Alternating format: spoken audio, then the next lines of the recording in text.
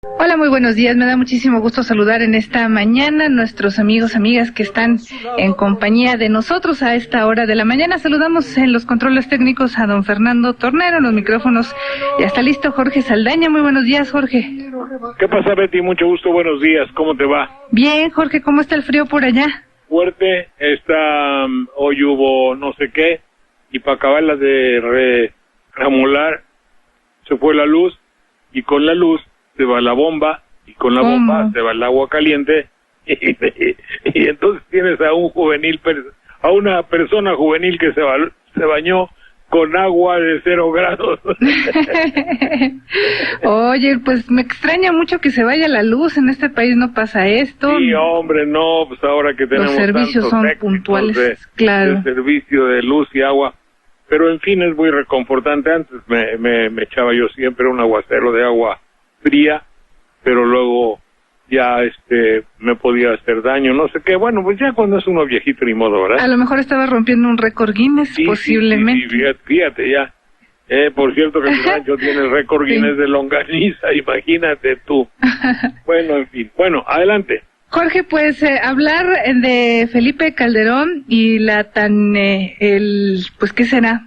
Tan valiosa libertad de expresión que tenemos los mexicanos. Pues, porque dice él que pues debemos de valorar que en este país hay libertad de expresión. Sí la hay, sí. Y que en su gobierno no se persigue a nadie, piense lo que piense, opina o escriba. Eso ya no es tan verdad, porque en México ha inventado, yo me acuerdo que Alfonso Reyes escribió un poema que ojalá alguien me dijera cuál es, en el cual habla de la iglesia a propósito, y que la iglesia tiene muchas normas, pero la iglesia siempre tiene una disculpa para cada una de las normas, para romper cada una de esas normas. Así fuera de comer un ayuno o cosas de esa naturaleza, la iglesia siempre encontraba algo con que romperlo. Es un pequeño poema de Alfonso Reyes que un día, a ver si me acuerdo o lo encuentro. Así en la ley. Y si es posible que yo diga estoy inconforme con lo que dijo Felipe Calderón y Hinojosa en Mérida. No tiene razón, como lo voy a decir hoy. Lo que pasa es que en el cúmulo de información que hay en México, en el torrente, en la catarata, en el Niágara de información que tenemos, vale para puro gorro que lo diga yo. De la misma manera que él sabe que decirlo no significa nada. No. Pero él tiene una ventaja. Cuando él hace una declaración y va a toda la prensa y toda la televisión y todas las iniciativas que en el mundo han sido para capturar, él está haciendo no una labor democrática, no una labor de convencimiento de un país, está haciendo él y su gente y su grupo, el grupo del poder en general, el poder, no Calderón, el poder en sí, cuando utiliza la libertad de expresión, sabe que no es una libertad de expresión, sabe que está haciendo un acto publicitario. Sí. México es el único país del mundo donde la libertad de expresión se ha convertido en un anuncio publicitario. Y se ha hecho de esa como de excelsa y divina calidad de decir lo que piensas, se ha convertido en un spot televisivo. Sí. Entonces, ¿hay libertad de expresión? Sí. ¿Sirve para algo? Sí. Ah, qué bueno. ¿Para qué sirve? Para anuncio. Sí, para difundir las obras del gobierno. No. Entonces ahí lo que cabe después de cada una de esas reflexiones presidenciales, gubernamentales, o de lo que tú quieras de cualquier funcionario público, es una ligerísima sonrisa esbozada con la boca torcida, es decir, juá.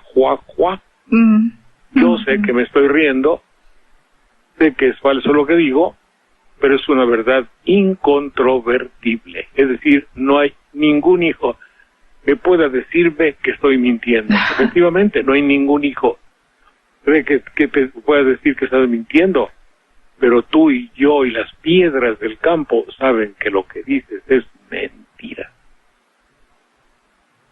Lo que aquí, lo muy importante del discurso de ayer, de la libertad de expresión, al cual, señores del jurado calificador, señores de Iniciativa México, no fuimos invitados. Mira, si hay alguien que ha tenido que ver con la libertad de expresión en este país, perdonando la patología de mi egocentrismo, soy yo.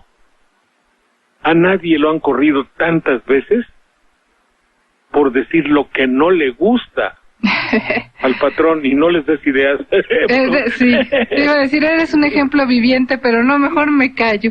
Sí, bueno, debo decir que agradezco muy gentilmente a Organización Editorial Mexicana, quien nunca ha tenido para mí ni un sí ni un no respecto a lo que digo. Sí. Yo supongo que habrá algunas veces en que alguien se haya quejado. Sí, desde luego, pero nunca han no, censurado. Eso es una realidad, pero en fin, haciendo caso, sí. Digo, dejando este lapsus ya de como debo decir, ya para mí ya no es trabajo, ya es una cosa de terapia ocupacional, debo considerarlo así. De desahogo para mí quizá. Pues no sé, pero en fin. Sí. Aparte de eso, en todas las circunstancias, inclusive hasta el otro día que el señor don Rogelio obtuvo el Premio Nacional a la Libertad de Expresión, cuando que nosotros sabemos que es la máxima expresión de la censura. Él habló de libertad de expresión también. Bueno, él fue premiado por... Sí. Y con todo el respeto que me merece y con toda la amistad y cariño y respeto y afecto que le tengo, pues vale pa' puro gorro, porque ¿cómo se le puede dar el premio de la libertad de expresión a alguien que en esencia y en el fondo tiene como la joya prístina y transparente del diamante? Así está el espíritu de la censura. ¿Me entiendes? Recio, sólido, profundo, vigente, torquemadesco. Sí. Torquemada, un cuate. Bueno. Lo que me llama la atención mucho es el discurso presidencial de ayer, que tiene muchas aristas. Yo no sé, no estuve ahí, no fui invitado, me caló que no me hayan invitado, ¿eh? ¿Quién está haciendo la lista de invitados de la presidencia? Porque no me invitaron. Y ni Ivonne, fíjate, Ivonne, bueno. El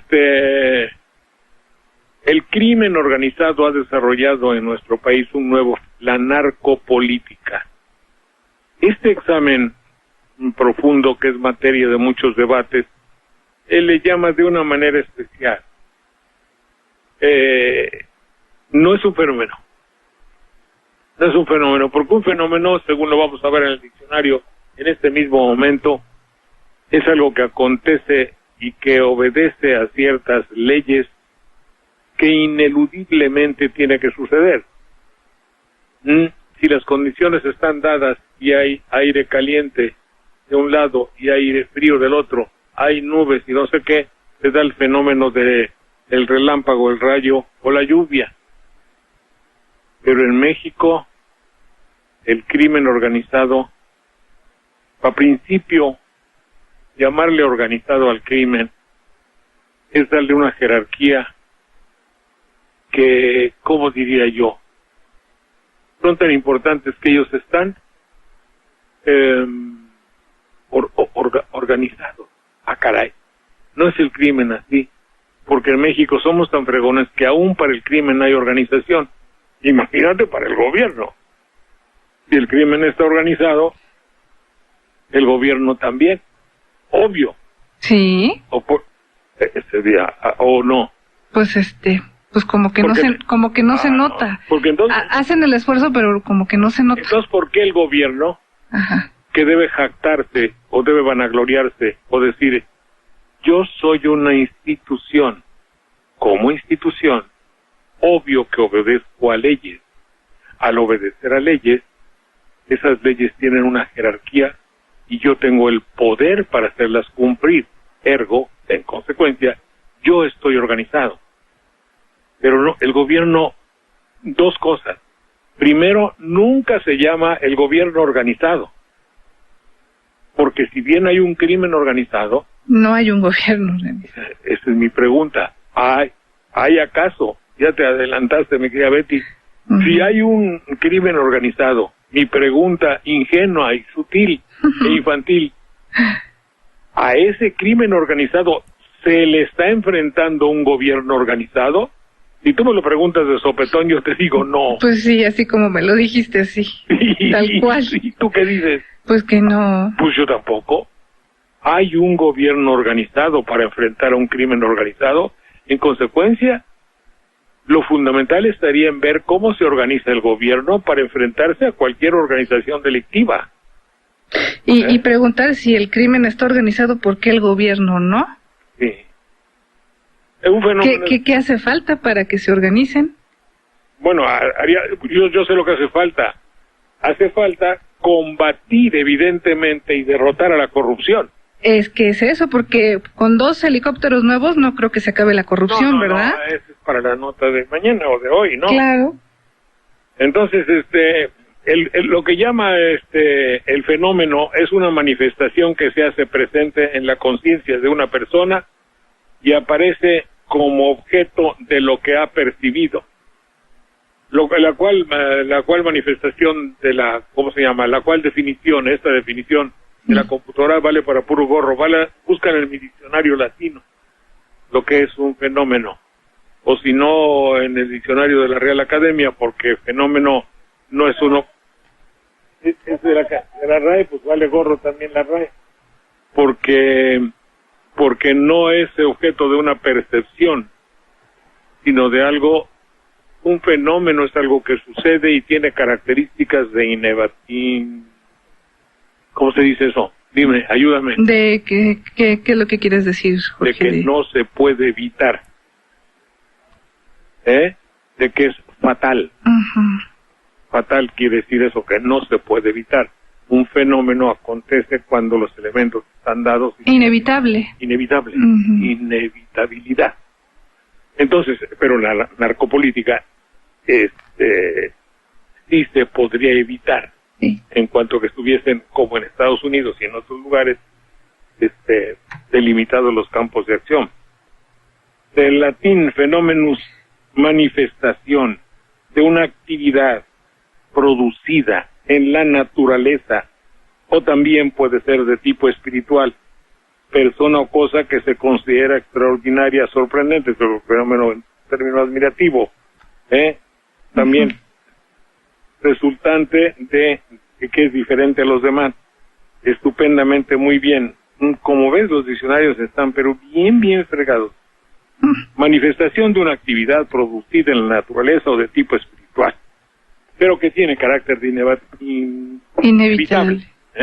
Bueno, entonces en este caso yo sí diría, claro, tiene carácter, no digo que no se puede evitar.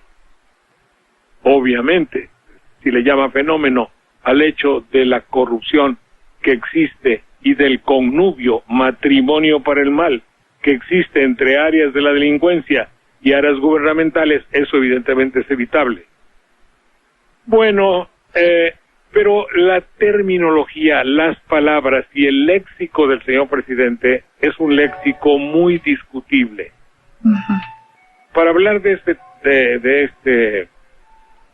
esta materia, si a mí me lo preguntan, y están científicos, especialistas y periodistas, oye, ¿cómo ves los de la corrupción en México? Que yo lo plantearía más bien en función de la corrupción y el crimen generado por la corrupción y por la no jerarquización de los valores.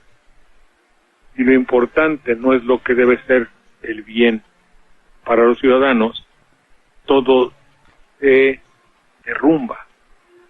Mi tesis es. Pero cuando el presidente dice, es un tema bien difícil, la carga emocional que tiene la frase bien difícil es una carga emocional declarativa que no tiene mucho que ver con el pensamiento profundo de dolor que a alguien que está involucrado le produce. Voy a repetirme porque ni yo me entiendo. Es decir, que ante una tragedia yo no puedo decir esto está bien difícil, porque la costumbre, las palabras, el uso doméstico y televisivo de la expresión ¿cómo se llama? Francoide,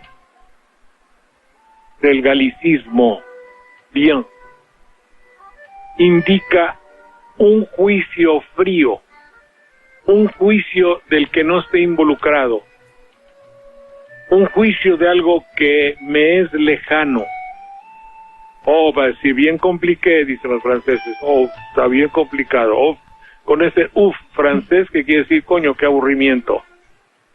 Oh, bien, todas esas expresiones expletivas, así como que truenan en la boca de los franceses, siempre que habla de bien difícil, el bien fondu, bien cocido, bien cuit, bien festandé, que apeste mucho, dicen, quiero un queso Monster, pero bien festandé. Bien festandé, que apeste mucho, porque les gusta el queso que apesta. Ajá. Si toda esa terminología del niño bien sí. se utiliza para hablar del narco, no es una respuesta, es un tema. Oye, ¿qué pasó con los crímenes, los descabetados, los robos, las extorsiones que acaban de robar, el que tengo que estar con la carabina aquí? ¿Qué es eso? Es bien difícil. Es un tema bien difícil.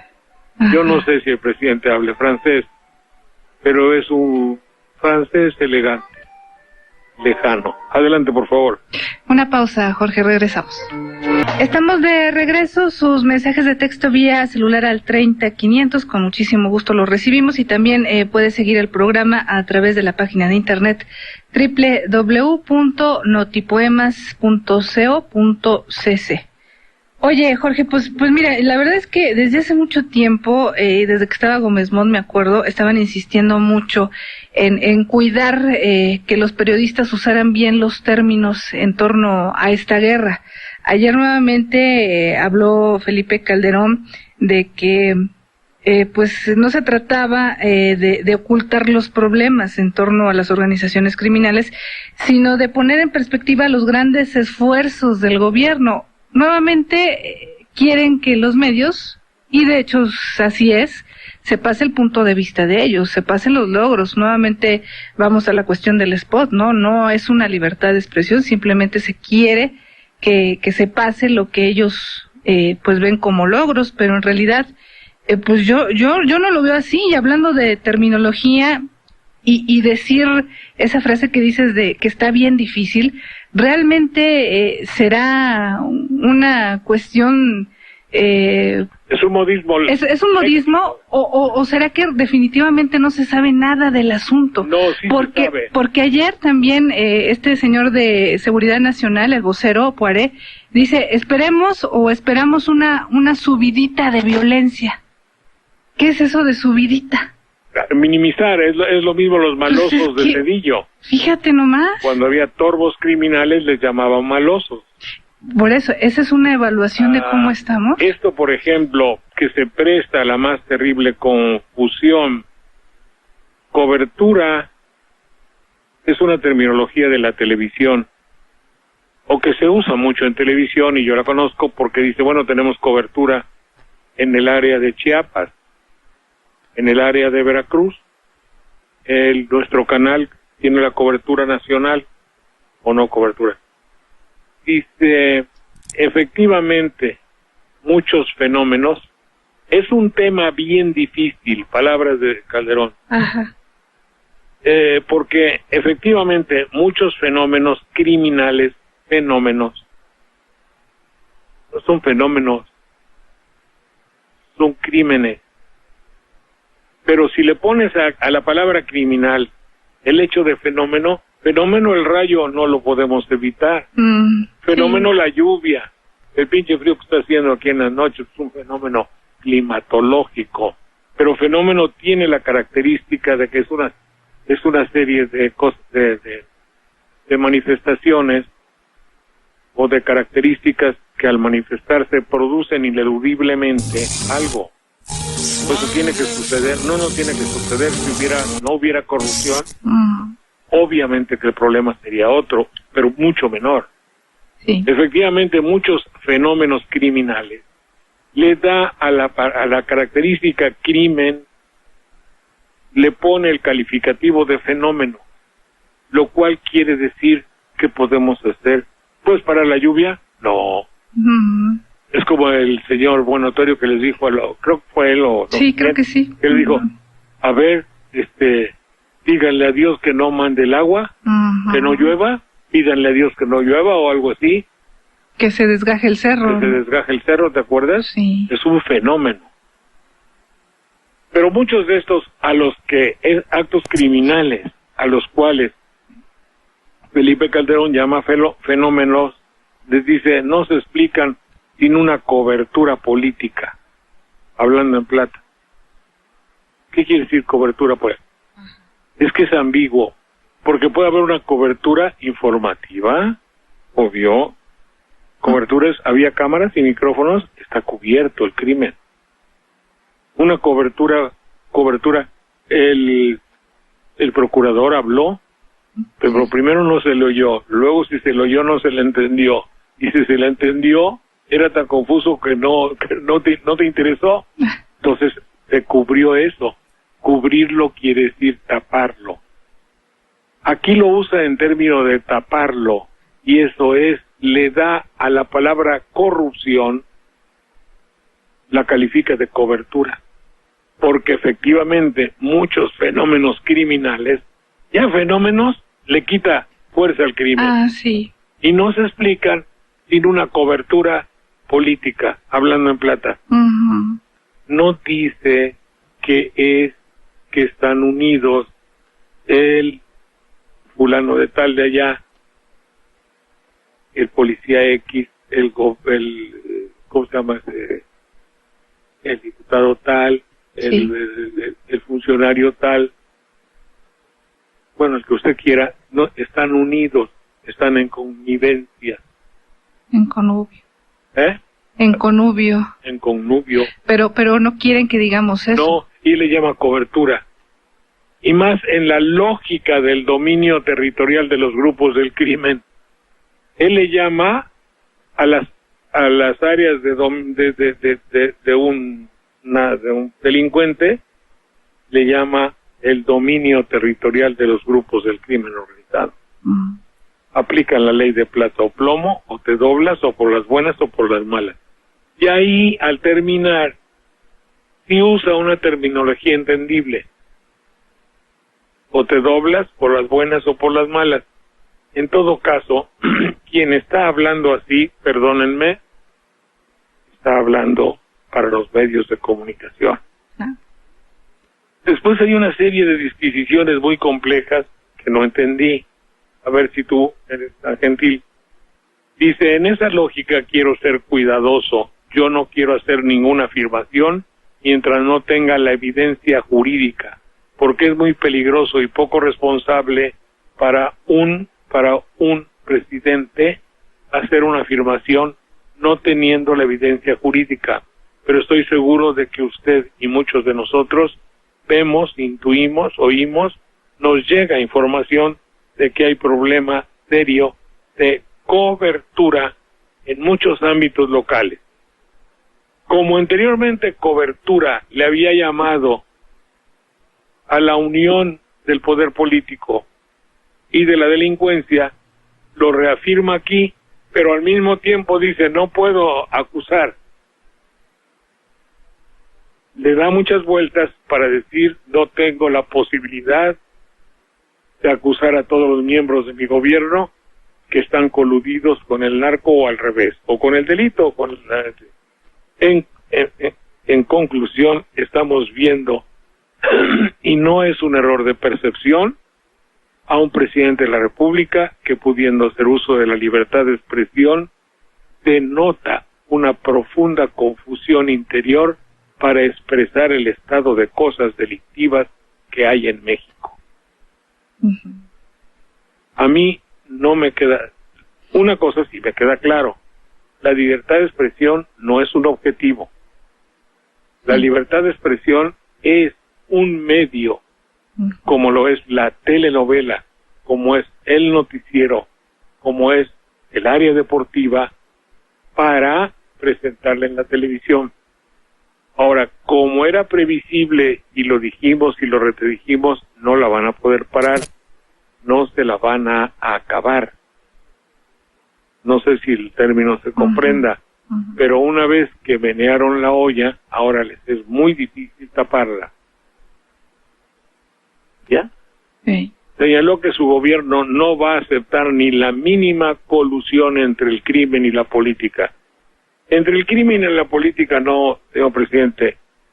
Lo que usted quiso decir es que ya se dio cuenta que muchos de los hombres del gobierno están coludidos con el delito. Y eso es lo que no quiere. No con la política. La política es una ciencia. Y todo eso es producto de lo que tanto y tanto hemos dicho. El verdadero y auténtico combate a la corrupción. Por eso el asunto se vuelve invivible. Adelante, por favor. Invivible, inhabitable, y pues no hay libertad de expresión que... Pues, es que no es la meta tampoco. No, tampoco. Por eso te decía, si el manejo de esas palabras y esos modismos, pues era también reflejo de que a lo mejor no tienen ni la menor idea de lo que está pasando, ¿no? Sí. Adelante. Pues. Una pausa nuevamente, Jorge, enseguida regresamos. Estamos de vuelta, Jorge, adelante. Dice, Felipe Calderón utilizó el foro de estos de la libertad de prensa, sí, para hacer una exposición de su política contra el crimen. No era estrictamente la finalidad, pienso yo, porque en la libertad de expresión y la génesis o el origen del crimen en un país como puede ser México, pues son dos cosas diferentes, que posiblemente uno tenga que ver con el otro ya al final, cuando sale el noticiero o cuando el periodista plasma su noticia, es diferente. Y cuando desde luego habría que poder preservar la vida de este periodista. Pero en fin. Entonces termina Calderón con una exposición de su política contra el crimen y comparó la violencia en México con la que hay en otras regiones. Y ahí, no sé si lo dijo él o ahí se dijo, pero para el efecto el dato es contundente. En México hay 13 homicidios por cada 100,000 habitantes. En Honduras, Guatemala o El Salvador, 70. ¿Esto qué quieren que aplaudamos? Organizamos una fiestita. La realidad es que es una apreciación que raya en lo terrorífico. Hubo tiempos en que no había miles de muertos a la vuelta de cualquier esquina en México, ni al inicio de cualquier carretera en un retén. Sí, el problema no es el número de muertos, el problema es que haya muertos. Sí, y que tengan su origen en eso que le cuesta mucho trabajo decir, que es el origen que se hace todo, pero no se toma una determinación que diga hoy la corrupción aquí terminó, o qué sucedió acaso cuando en el máximo institución o una de las más grandes instituciones de México, la Cámara, Mario Di Constanzo señaló las corrupciones de carácter patológico de un funcionario que tiene que salir a alquilar la suite donde se filmó la película Sex and the City. Me encanta decirlo, ¿no? Me imagino la filmación como viejo perverso. Bueno, no. ¿Qué sucedió? ¿Sabes qué secuencia ha tenido esto? No. ¿Salió ya este individuo de la cárcel? No, ni siquiera pasó por ahí. Nada, no pasa nada. ¿Y se puede calificar de crimen organizado? Eso se puede como decir de un delito, en tanto mayor, claro, en cuanto que en México hay la mitad de la población que tiene deficiencias alimentarias, en cuanto que somos una democracia, hipotéticamente hablando, pero no pasa nada. Entonces, dime qué repercusión positiva puede tener la libertad de expresión. Adelante, Betty. Sí, solo que ellos dicen que de estas cosas no debemos hablar, hay que hablar del esfuerzo que se está haciendo. No ocultar los problemas, pero hablar del esfuerzo tan grande que está haciendo el gobierno. Esos a los que ellos llaman libertad. Lo que pasa, pero es que cuando la corrupción es mayor que el esfuerzo, la resultante se llama derrota. Sí. Sí, ahí está todo. Pues, tan simple como eso, es decir, si hacen esfuerzos, solamente, a ver, apúntale, los esfuerzos de México, acá no estoy apuntando acá, mi querida Betty, ¿no? Los esfuerzos de México no superan al crecimiento de la corrupción. Esto da como resultado una fulgurante derrota. Es lógico. Si yo no me inyecto la caboya que les gusta tanto, no me inyecto la cantidad de antibiótico necesario, bien por el contrario, puede ser que la cepa de la enfermedad se consolide, se haga más fuerte. Adelante, Betty. Oye, Jorge, cambiando un poquito de tema, o mucho de tema. Perdón, porque lo que no mata engorda, dice Cierre. Sí, fortalece el virus. Ya está, adelante. Sí. Pues bueno, oye, pues mientras esto sucede, pues obviamente quieren seguir de fiesta, mientras siguen los muertos, quieren seguir de desfile, de fiesta, de celebración ahora del centenario de la Revolución, y pues dice Alonso Lujambio que pues ahora se va a gastar 270 millones de pesos en un desfile otra vez de monigotes o títeres gigantes, que creo que va a ser en Guadalajara, no aquí en la Ciudad de México. Aquí va a haber un espectáculo de luz y sonido, pero ve nada más, Jorge, el significado de una revolución para el país. Ellos simplemente lo traducen en un desfile de títeres. Así quieren ellos, o así ven pues la forma de festejar la revolución, y 270 millones de pesos. Despacito quiere decir de paso. Sí. Les aviso que el grupo conformado por su servilleta antibicentenario, así le podemos llamar, vamos a estar, ¿qué día me dijeron? Que no se podía el 20 porque estaba bendito, pero que el domingo es sábado, entonces el domingo 21 en la delegación Coyoacán vamos a estar un grupito de mis amigos, a los que se pueda, porque la condición económica está bien raquítica, no tenemos dinero. Señor Lujambio, no hay dinero para es decir, haciendo uso de la libertad de expresión musical, pues no hay lana. Y eso me lo sé.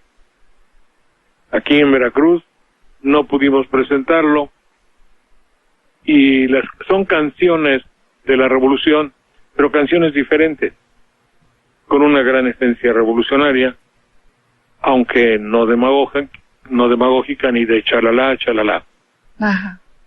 Y luego parodias que también tienen que ver con la culminación de nuestro espectáculo, que es la noble y dignísima canción respuesta que se llama Viva México, carajo. Sí. ¿Y qué canta? Me da risa de mi anuncio.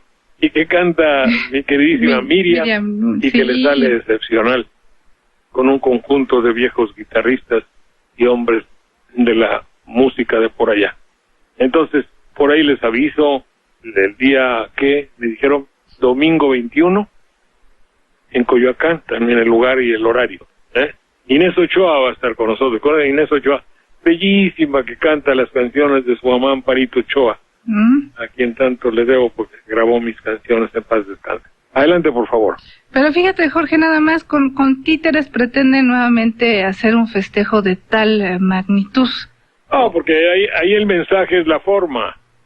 ¿Tú me entiendes? Si haces telenovela, pues obviamente estás hablando de la televisión.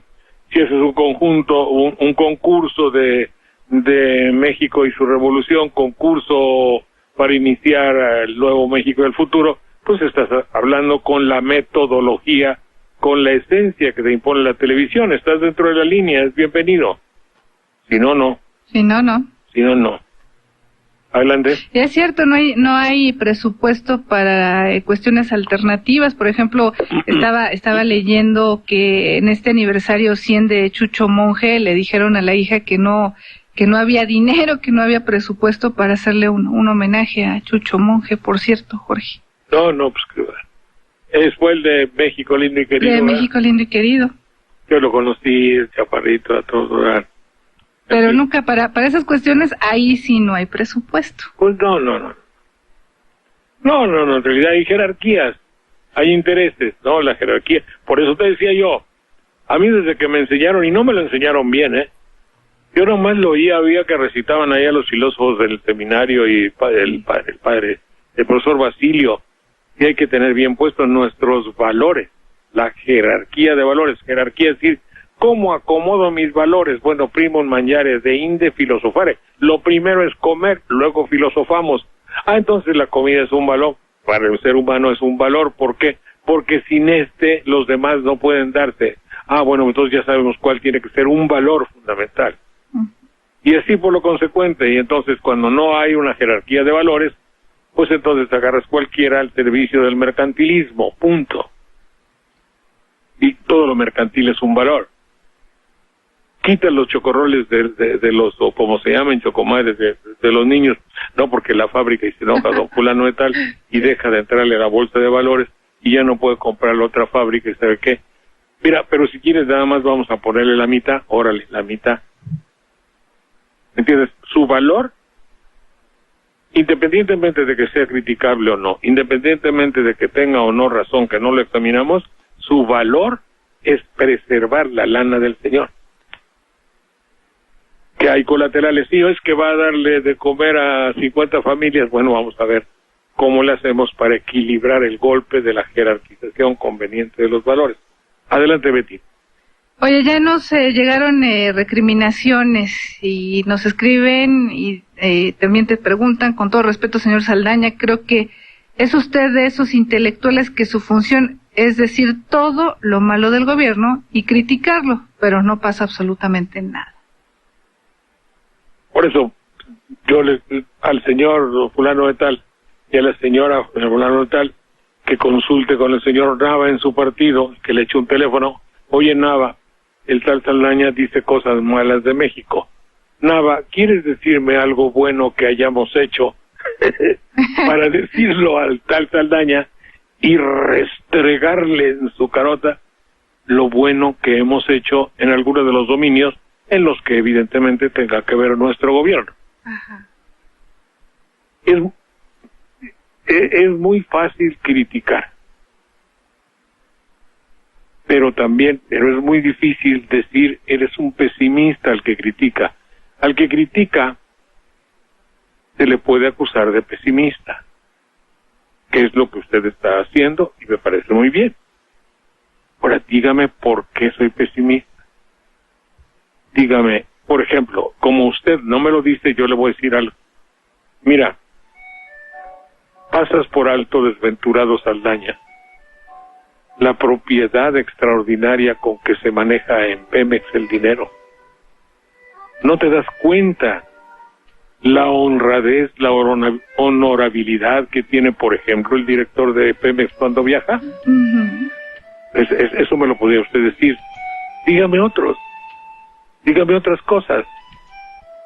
Uy, pues ¿Me podría usted decir algo que hemos insistido, señor Don quién?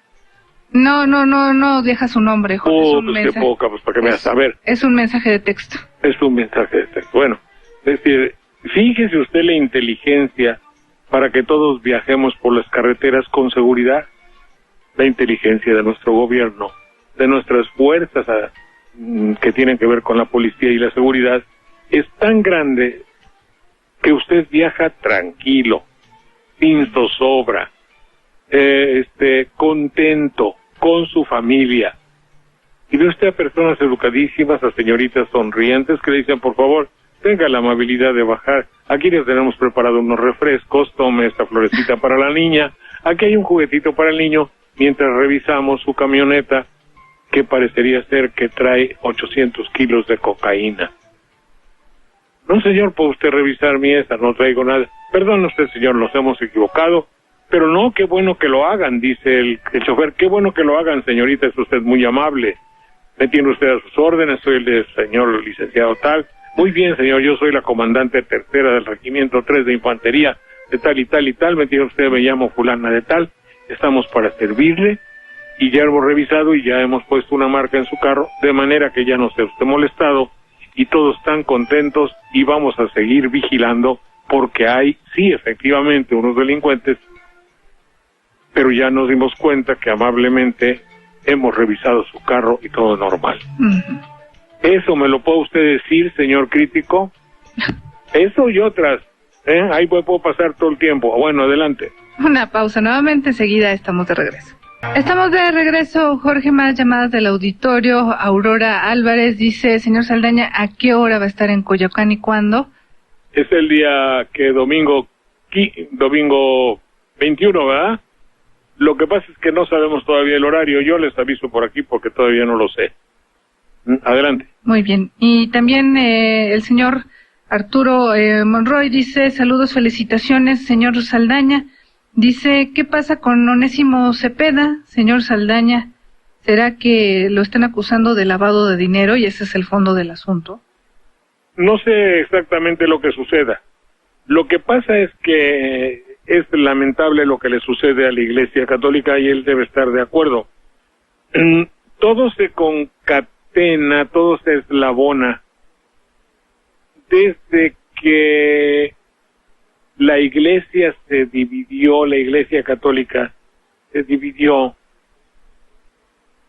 Si no se dividió, por lo menos hubo una escisión muy fuerte entre la teología de la liberación. Primero ya había habido una entre el lefebrismo del padre Lefebvre, que veía que la Iglesia iba por caminos peligrosos hacia una secularización, hacia volverse muy mundana, digamos, muy del mundo, así como la misa de Jalapa, que es un concierto de desvaído y aguado rock and roll horrendo, pero que así pasa y así funciona, y que me da pena. No, me da pena por el pueblo, que le dan este espectáculo, que eso es lo que es. Entonces, desde Lefebvre, que ahora habrá quien piense, oye, pues tenía un poco de razón, entre el lefebrismo de Monseñor Lefebvre y la pederastia del padre Maciel, preferible a qué, desde el punto de vista cristiano. Algunos dirían eso, y yo puedo pensar que así sea. Luego vino la teología de la liberación, que eso ya resultó mucho más peligroso, porque iba hacia a un Cristo social, a un Cristo que levantaba la mano del caído, que se convertía en la voz de los que no tenían voz, a un Cristo que acompañó a Cristo a sacar a los mercaderes del templo, a unos cristianos que acompañaban a Jesús cuando les mentaba cuando decía que los ricos no se salvaban y que el ojo de una aguja, y todo esa revolución interior socialista, en una u otra forma, un poquito socialista si gustan, para que no me mienten nada. Y la Iglesia recibió otro golpe fuerte, se quedó herida. Luego viene Monseñor, ¿cómo se llama? Marcial Maciel, y se simbra las estructuras de la Iglesia de una manera muy, muy ruin y perversa, con todos los elementos de la maldad del hombre del siglo XX, es decir, con mala leche, con hipocresía, con falacia, con cinismo y con perversidad sexual y morbosa. Y la Iglesia recibe un golpe mortal. Junto con eso viene el Banco del Vaticano, y el Banco del Vaticano es acusado de lavar dinero allá por 1970.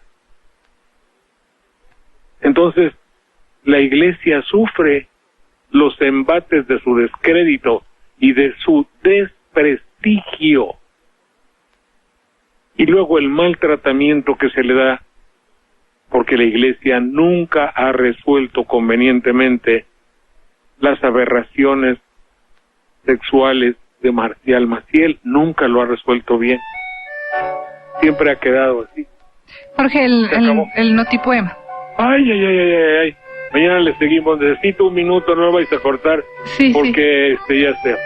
Va, ¿puedo o no puedo? Sí, va. Conocí un Veracruz todo cariño. Era un vago rumor de buenas tardes, deseando que la noche se retarde para jugar más tarde entre los niños. Los arroyos rezaban oraciones, llenas de campo de maíz, rastrojos, todo regalo a los cansados ojos del abuelo entre surcos y canciones. El paisaje sonriente y florecido de aquellas estrategias infantiles se ha vuelto triste, oscuro, dolorido. El tiempo alegre hoy está perdido, todo se ha vuelto crimen y fusiles. Hoy hemos avanzado, pero hundidos. Adelante, Betty. Gracias, Jorge. Nos escuchamos mañana en punto de las 10. Hasta mañana, Betty. La reja, la hiedra y el viejo balcón.